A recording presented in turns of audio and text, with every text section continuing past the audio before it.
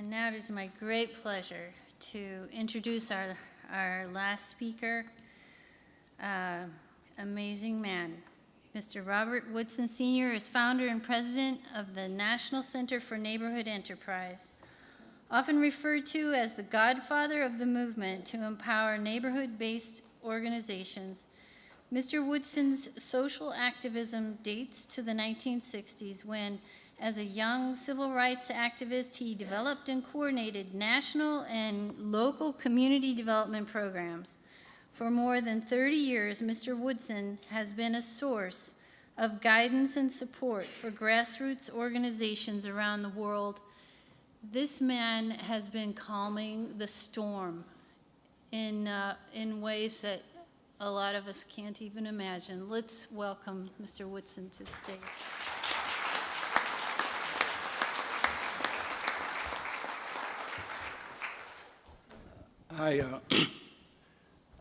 I'm just pleased. My remarks will build on what you had to say. There's a prayer that I utter each time I speak, and that is, God, give me the strength to tell and pursue this truth, especially when it's inconvenient to me.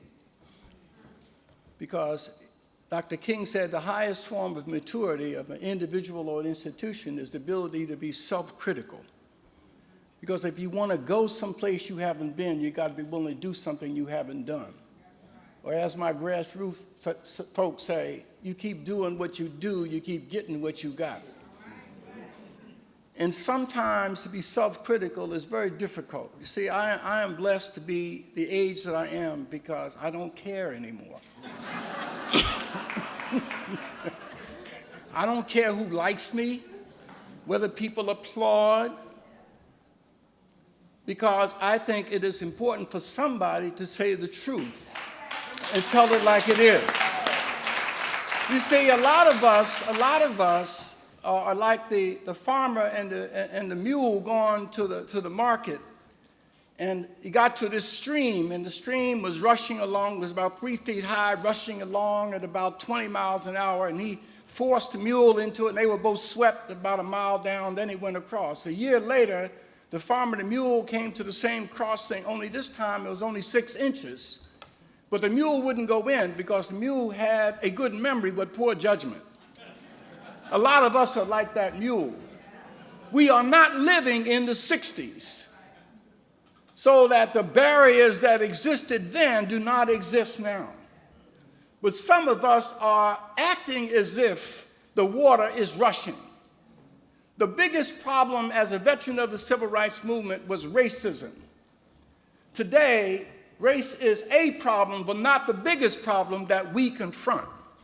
In fact, I left the civil rights movement having led demonstrations because I realized that a lot of people who suffered and sacrificed most did not benefit from the change. Not everybody walked through that door of opportunity.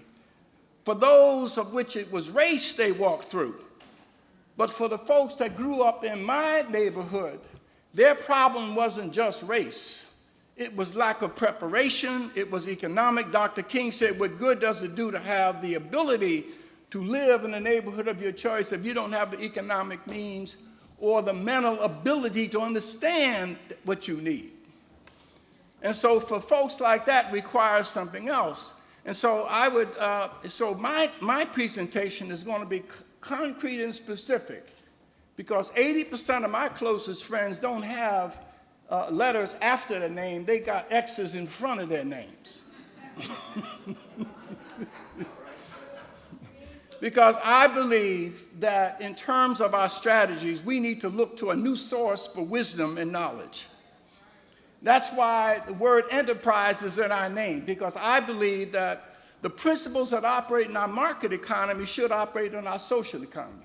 In our market economy, 3% of the population are entrepreneurs. They create 70% of the jobs. Entrepreneurs tend to be C students, not A students. See, A students come back to universities and teach. C students endow. Because very smart people have to have all the answers before they act, and when they act, the opportunity's gone. But C students are the kind of people who act in the presence of their doubts and uncertainty And if they fail, they'll get up and try it again. If they fail, they'll get up and try it again. And so I'm talking to the C students now. And in our marketing, see, in our social economy, we assume that certification is the same as qualification. But in the market economy, we want to know whether you can deliver or not. Nobody's going to ask Bill Gates, do you have a degree?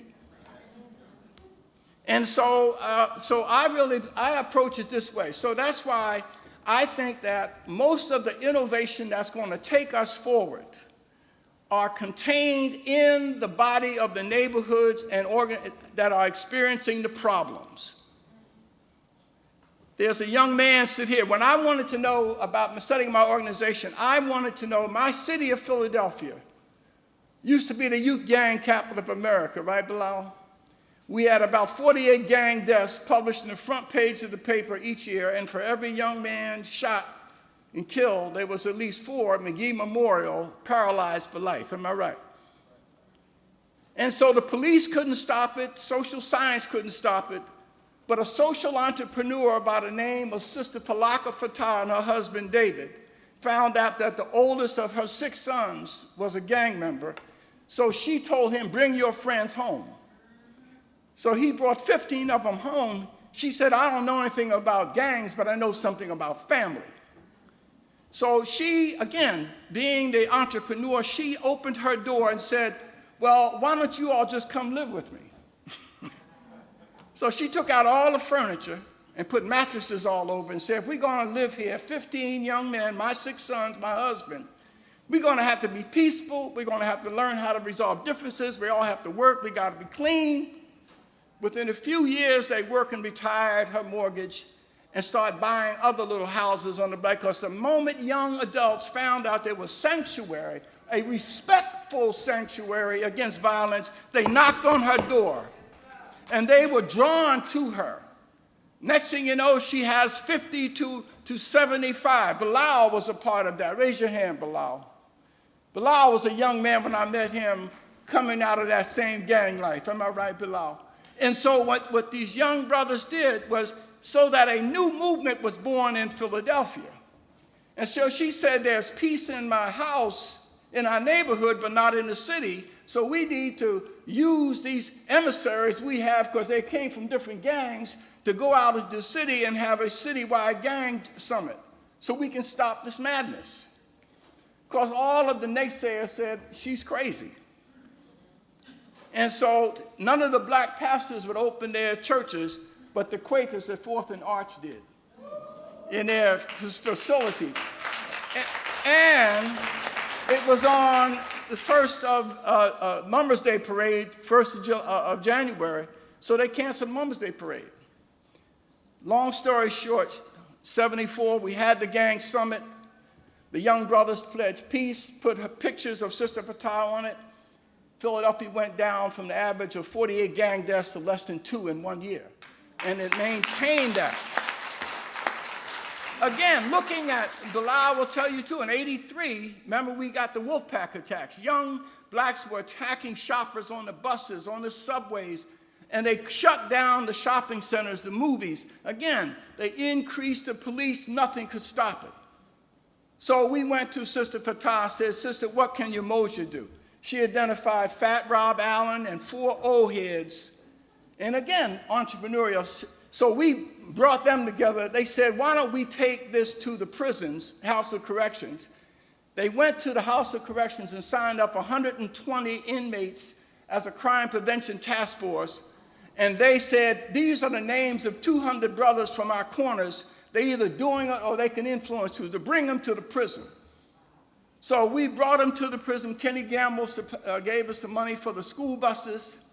The imam from the mosque spoke. A black Baptist preacher spoke. I spoke. Sister Fatah did. But the more important, the young brothers had workshops with the young man. Sister taught us that young men will fight when they're drinking together, but never when they're eating. So we had a meal. To this day, whenever I have a gang summit, I have a meal based upon what Sister taught me. But these young brothers were told by respectful people in their lives and told them this has to stop. The Wolfpack attacks stopped overnight. Sister Fatah and the House Umoja got a whole bunch of awards, but no rewards. They went back to funding the same organizations that failed in the first place and left them with nothing except a plaque on her wall. No researchers from the University of Penn School of Social Work or Criminology ever came down with researchers to ascertain what is it that this woman did to bring about change. There were no academic studies about how they were able to bring about this colossal change. There were no interviews with these young ex-gang members to find out what is it that caused them to change when social work and prison couldn't influence them. None of that was done.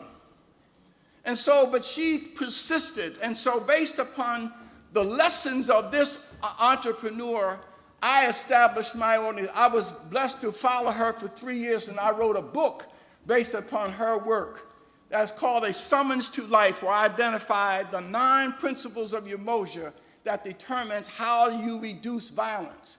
And I want to share that with you, because what a call to action should be a call to follow certain principles that produces certain actions. And so now she gave me the principles. I went around the country, and a year later, I identified a Sister Fatah and David in 7 other cities, because now I know what to look for. And so I brought them together in Washington and sat them down. They had to bring, see, real leaders bring the fruit of what they do. They don't come and talk to you. So they brought 2 or 3 young brothers and sisters whose lives they had transformed. And we asked them, what changed you? This young brother over here talked about he was on his way to the liquor store at lunch with his pregnant girlfriend, right there. And it was a young Muslim brother who came to you as a witness to you. He offered you help first. Then you were inspired with hope. Then he gave you a structure. He said, put on a suit. Here's the place to work. This is where you can eat. This is where you can receive love. This is where you can receive support. We also gave you the expectation that you should marry this lovely lady and be a father and not just a dad. Am I right? So when you want to know what is the pathway forward, people want to see it demonstrated. Reach out. It's relationships. And faith follows the help. So this is happening. That's what Sister Fatah has done all over this country. And so my organization was formed based upon the Umoja principles. First of all, when somebody is poor, what you do is you give them a chance to give back. Good clients make poor citizens. Too much of what we do to people, we give them things with no expectation that they were to give back. And so a person then therefore has to surrender their dignity as a condition of getting help. You must give people a chance to give for what they receive. And if we want to recruit people away from ISIS, you have to give young people a cause that's greater than what they have. A cause cannot be addressed by giving them a car or a job. No, you must give them a cause to which they can commit themselves, and then that inoculates them from foreign influences. The Muslim community has much more of an influence than ISIS could ever think about, because it's coming from someone who looks like you. And the messenger, what we've got to do is empower the messenger. I heard this, the messenger is important, not just the message. It's the difference between what is the attitude if a fan comes on the field and chastises a player. What is the reaction to the player as opposed to a coach saying the same thing? Because the coach has invested into the life of that person and therefore has earned the right to be critical and also earned the right to redirect. So some of us with resources and influence rather than us coming into a community in need and for us to set up a program that gets funded, we hire staff of good. No, come in and be an agent of somebody who's already there. You see, what we do to help poor people is we parachute into communities remedies that we design based upon our good intentions. Noble intentions do not always produce noble outcomes. The first thing you need to do when you go to help is find out who's already doing it. Don't always assume that a community is without any capacity or resources. And so I say, when you part of our going forward strategy is go into any community, never assume that nothing is there until you showed up. The problem is that we are so accustomed, the biggest problem is not even racism, it's classism. A lot of us assume that truth has to be clothed in prophecy in order for it to be accepted. But some of the best entrepreneurs that I know are able to transform people. When they speak, they break verbs, dangle participles, and split infinitives.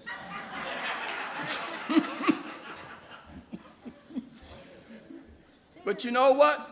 Anton Lucky, who started the Bloods in Dallas, who works with us, can take me into any dangerous community. I don't have to worry about no security.